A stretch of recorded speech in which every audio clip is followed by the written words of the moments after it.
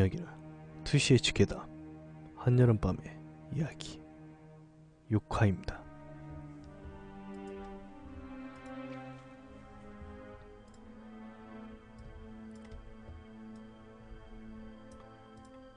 점심 식사를 하고 또 다시 내 방에 밖에 있던 중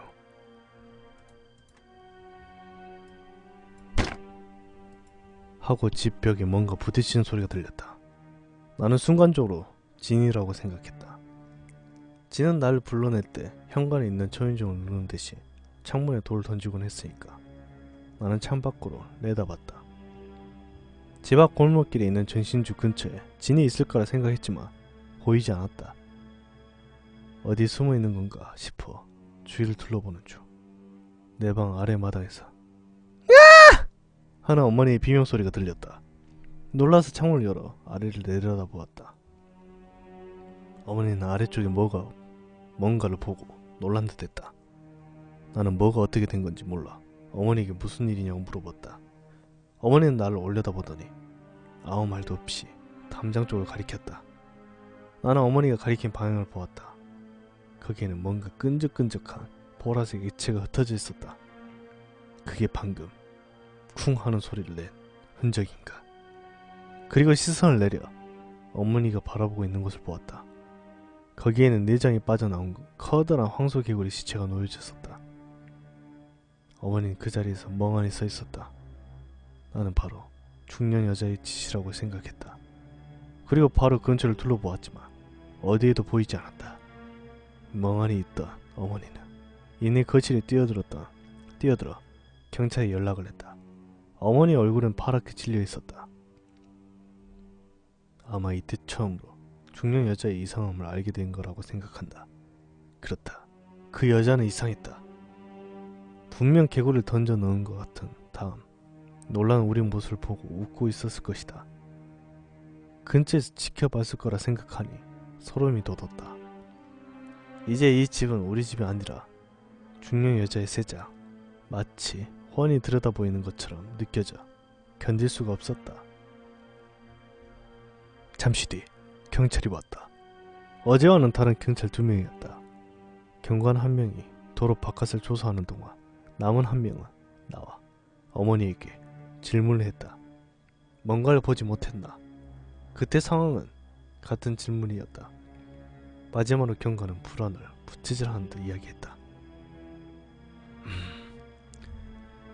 분명 어제 비슷한 일이 있었죠. 범인은 또 다시 이런 일을 할지 모릅니다. 난 참지 못하고 그 여자예요. 코트를 입은 40살 정도의 여자예요. 빨리 잡아줘요. 반쯤 울먹이며 간청을 했다. 그러자 경관은 방금 전에 산에도 가보았단다. 걔 시체랑 여자의 사진도 찾았어. 지금부터 그걸 조사해 범인을 잡을 테니 안심하거라. 그렇게 말하고 내 어깨를 툭툭 두드려 주었다. 그리고 어머니한테 가서 말하길 저 남편분에게 연락을 이런 말 했던 것 같다. 개구리를 던졌던 흔적을 사진으로 담은 경관들은 1시간 뒤에 돌아갔다. 얼마 있지 않아 아버지가 돌아왔다. 아직 5시도 안 됐는데 어제랑 오늘 일 때문에 걱정이 돼서 일찍 돌아온 듯 했다. 저녁 식사 준비를 하는 어머니도 신문을 읽는 아버지도 아무 말이 없었지만 왠지 모르게 불안해하는 것만 알았다. 나 자신도 언제 중년 여자가 올지 불안해서 견딜 수가 없었다. 그날 저녁 식사는 가족들 모두 아무 말 없이 TV 소리만 가득했다. 11시쯤 지나 모두 잠자리에 들었다. 만일을 위해 1층 거실 전등을 켜놓기로 했다. 그날 밤 부모님이 함께 잠을 자주었다.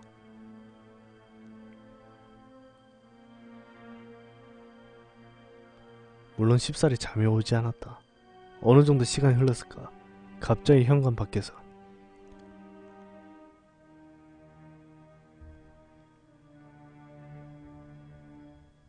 어이! 뭐하는 거야! 커다란 남자 목소리와 함께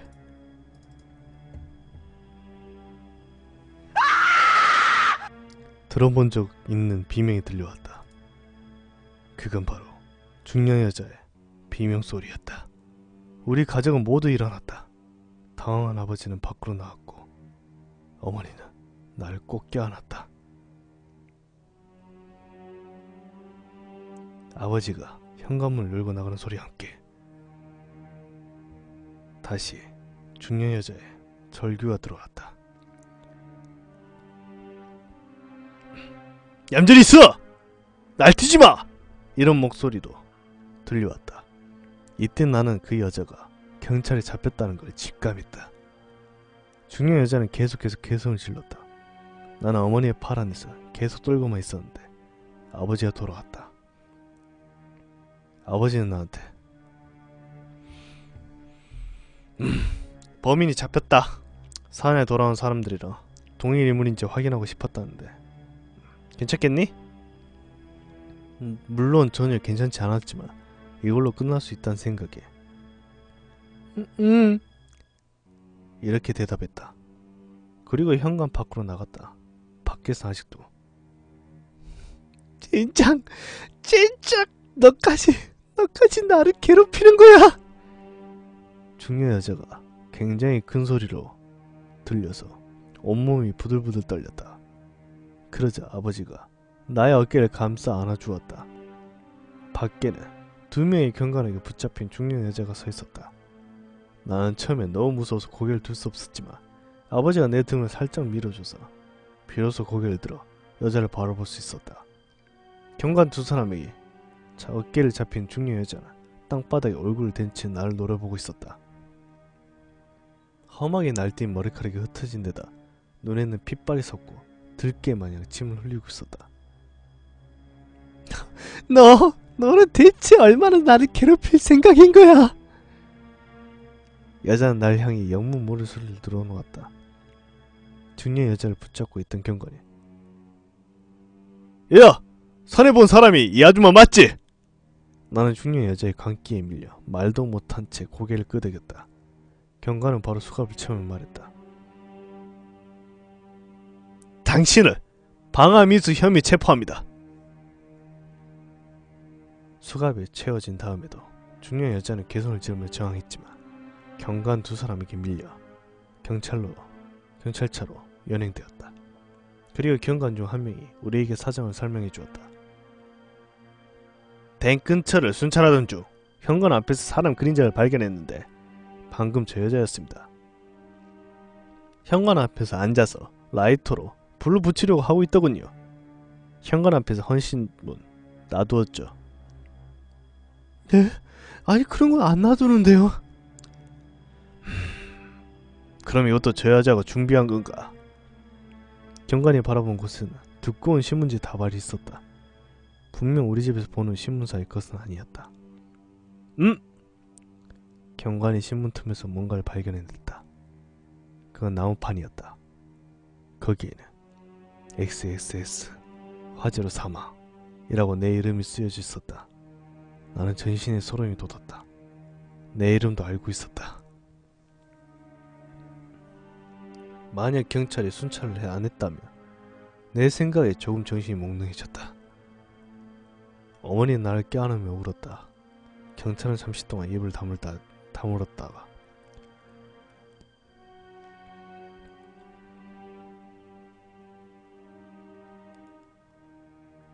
사실은 저 여자 정신적으로 조금 이상이 있어서 공공에 살고 있는데 동네에서도 문제가 꽤 있어서 뭐 동정하는 얘기로도 둘도 들리긴 합니다만 라면 중년 여자에 대해 이야기를 시작했다. 저 여자 1년 전에 교통사고로 남편과 아들을 잃었어요. 그 후로 정서불안이라 정신불면증에 걸려서 동네 사람들이랑 다투는 일도 많았어요. 산에 발견된 여자아이의 사진. 걔는 2년 전 교통사고에서 사진 속 여자아이가 도로로 뛰어드는 바람에 급하게 핸들을 돌렸는데 벽에 차가 부딪혀 남편이랑 아들이 동시에 세상을 떠났거든요.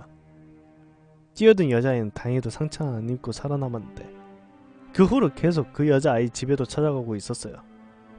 하지만 사고가 사고였던 만큼 그 여자아이 측에서는 경찰에 신고는 안 하고 있었고요. 그 여자아이를 상당히 원망하고 있는 것 같아요. 나는 그 이야기를 듣고 동정심은 전혀 생기지 않았다. 오히려 중년 여자의 강한 집념이 오싹하게 전해져 왔다. 무엇보다도 경찰도 인정하고 있는 정서불안, 정신불면증, 그렇다면 바로 석방되는 것은 아닌가. 석방된 후 나는 또 중년 여자의 존재에 무서워하며 살아갈 수밖에 없는 것인가. 경찰의 이야기를 듣고 나는 안도감보다 절망감이 마음속에 퍼져갔다.